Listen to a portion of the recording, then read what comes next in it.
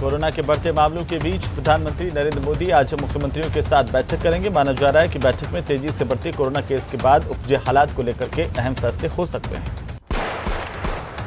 देश में बुधवार को कोरोना वार के लिहाज से भयावह दिन रहा। तीसरी लहर में पहली बार 24 घंटे के दौरान 2 लाख से ज्यादा केस मिले हैं। कुल 2,47,000 से ज्यादा नए केस सामने आए हैं।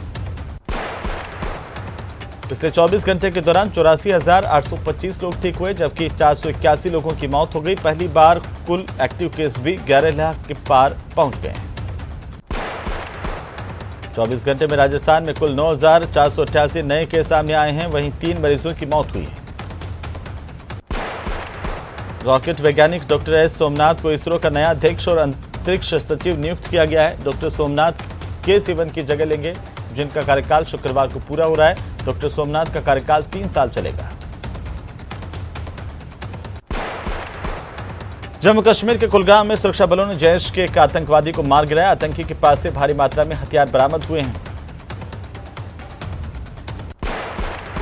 अलवर के निर्भया कांड को लेकर के अब सियासत तेज हो गई है। बीजेपी की 4 सदस्यीय प्रतिनिधिमंडल ने जयपुर के जैकिलोन अस्पताल का दौरा किया और पीड़िता के परिजनों से मुलाकात की। साथ ही इस मामले को लेकर राज्य सरकार पर निशाना साधा।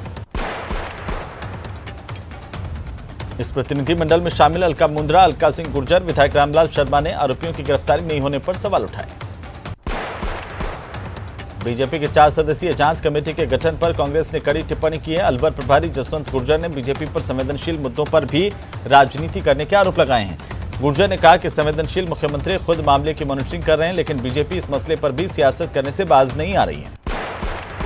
बांसवाड़ा में एक नाबालिग लड़के के साथ कुकर्म की खबर आज सामने आई। पीड़ित बच्चे ने रिटायर्ड एएसआई पर आरोप लगाए हैं। लड़के के परिजनों की रिपोर्ट पर पुलिस ने पॉक्सो एक्ट के तहत मुकदमा दर्ज कर जांच शुरू कर दी है। 12 में एक शख्स को मजदूरी मांगनी महंगी पड़ गई। मजदूरी मांगने गए शख्स पर ढाबा संचालक ने हमला कर दिया, चाकू मारकर घायल कर दिया। भरतपुर जिले के सीकरी थाना इलाके में क्यूआरटी की टीम और गो तस्करों के बीच मुठभेड़ हुई है। गो तस्करों ने नाकाबंदी देखकर क्यूआरटी की टीम पर फायरिंग की, जिसके बाद जवाबी फायरिंग पुलिस की तरफ से की गई। एक गो तस्कर की गिरफ्तारी हुई है। अलवर के बांसुर के गांव खेड़ा में चोरों ने राशन की दुकान पर धावा बोला और दुकान से 20 क्विंटल गेहूं और गेहूं तोलने का कांटा लेकर के फरार हो गए। डूंगरपुर में पुलिस ने हरे पेड़ों के तस्करों के खिलाफ कड़ी कार्रवाई की है। पुलिस ने हरे पेड़ों की लकड़ियों के साथ एक क्रेन और ट्रक जब्त किया, साथ ही क्रेन चालक को हिरासत में लिया है। कोटा की कुनाड़ी पुलिस ने आधा किलो गांजे के साथ एक तस्कर को गिरफ्तार किया। आरोपी राम कल्याण के खिलाफ एनडीपीएस एक्ट में प्रकरण दर्ज किया गया है। असम के सोनितपुर के बारसोला गांव में एक बाघ ने हमला कर दिया। इसके बाद भगदड़ मच गई। बाघ के हमले में एक व्यक्ति गंभीर रूप से घायल हुआ है। बांसवाड़ा नगर परिषद की टीम ने लाखों रुपए का चाइनीज मांझा जब्त किया है। चाइनीज मांझा बेचे जाने की सूचना पर नगर परिषद की टीम ने छापेमार कार्रवाई की। बूंदी शहर में कोतवाली पुलिस ने करीब 1 लाख रुपए का चाइनीज मांझा जब्त कर एक आरोपी को गिरफ्तार किया। कार्रवाई के दौरान पुलिस ने दुकान से पटाखे का एक कार्टन भी बरामद किया है। मकर संक्रांति को लेकर बाजार में पतंगों का बाजार सज गया है, वहीं चाइनीज मांझे की बिक्री तेज हो गई है। टोंक से कोविड प्रबंधन में बड़ी लापरवाही सामने आई। मालपुरा ब्लॉक से लिए गए 547 कोविड सैंपल 7 दिन बाद भी सादत अस्पताल की जांच लैब नहीं पहुंचे हैं। इतनी बड़ी लापरवाही उजागर होने के बाद भी टोंक जिला प्रशासन लापरवाहों को ही बेगुनाह साबित करने में जुटा है। सीएमएचओ ने कोविड लैब प्रभारी और मालपुरा के अस्पताल प्रभारी को कारण बताओ नोटिस जारी कर पल्ला झाड़ दिया है। कोरोना के लगातार बढ़ते केस के बावजूद लोगों की लापरवाही कम नहीं हो रही है। दौसा में रोडवेज की बसों में कोरोना गाइडलाइंस की जमकर धज्जियां उड़ाई जा रही हैं। कोटा में लगातार कोरोना के मामले बढ़ने के बावजूद स्वास्थ्य विभाग एक ही अधिकारी सीएमएचओ भूपेंद्र तंवर के हाथ में है। तंवर कोरोना को लेकर के कोई भी अपडेट मीडिया तक नहीं पहुंचने देते हैं। फरवरी के पहले सप्ताह से शुरू होने जा रहे ख्वाजा गरीब नवाज के 810वें उर्स के मौके पर बढ़ते कोरोना का खतरा मंडराता दिख रहा है। उर्स के दौरान देश के कोने कोने से आने वाले जायरीन की संख्या को देखते हुए प्रशासन ने अहम बैठक की।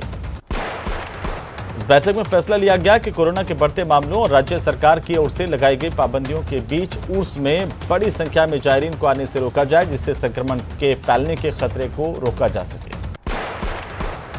दौसा में कोरोना संक्रमण को बढ़ता देख मेहंदीपुर बालाजी मंदिर के कपाट बंद हो चुके हैं, जिसका व्यापारी विरोध कर रहे हैं। उनका कहना है कि इससे उन्हें आर्थिक नुकसान होगा। जोधपुर में बुधवार से कोविड टीकाकरण और जागरूकता अभियान शुरू किया गया। इसके साथ ही 4 चिरंजीवी बाइक एम्बुलेंस को हरी झंडी दिखाई गई। बीकानेर में मकर संक्रांति नजदीक आते ही बाजारों में खरीदारी के लिए लोगों की भीड़ दिखाई दे रही है। इस दौरान लोग कोरोना महामारी को ताक पर रख कर के खरीदारी करते हुए देखे जा सकते हैं।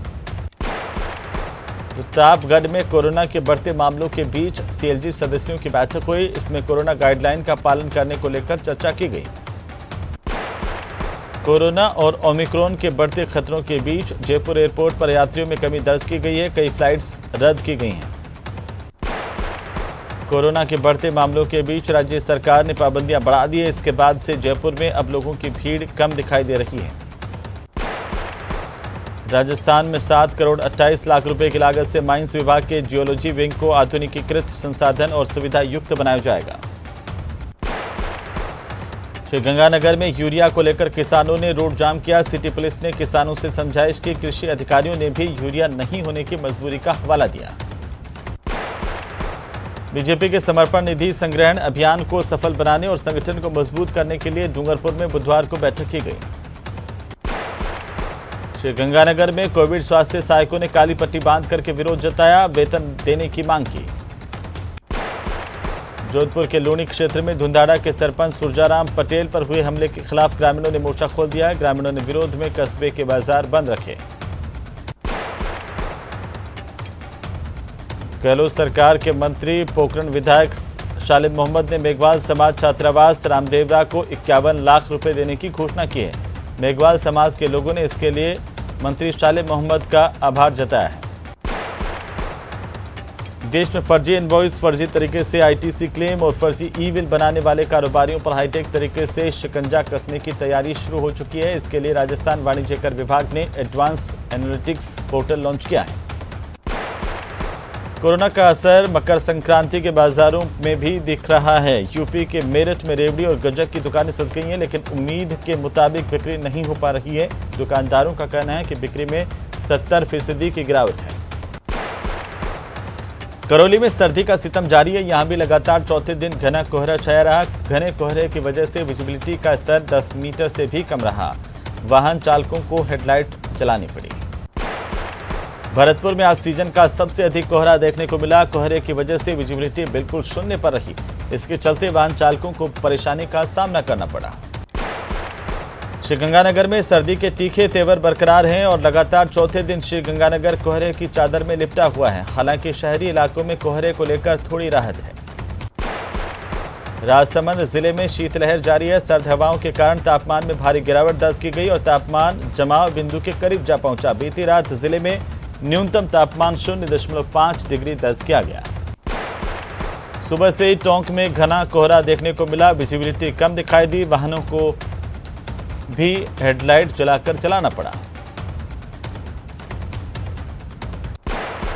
ओडिशा के कई इलाकों में बेमौसम बारिश ने किसानों की कमर तोड़ दी है। कालाहांडी में जिले में ओला गिरने से फसलें पूरी तरह से तबाह हो गई। पश्चिम बंगाल का सिलीगुड़ी इन दिनों प्रवासी पक्षियों से गुलजार है। यहां पर हर साल 60 से ज्यादा प्रजाति के प्रवासी पक्षी पहुंचते हैं। इस बार भी करीब 4,500 पक्षियों ने अपना डेरा यहां पर डाला है। भारत ने साउथ अफ्रीका के खिलाफ केपटाउन टेस्ट के दूसरे दिन अपनी दूसरी पारी में 2 विकेट पर 57 रन बनाए। भारत की टोटल लीड 70 रनों की है। इससे पहले जसप्रीत बुमराह ने 5 विकेट लेकर साउथ अफ्रीका की पहली पारी 210 रन पर समेटकर भारत को 13 रनों की लीड दिलाई है।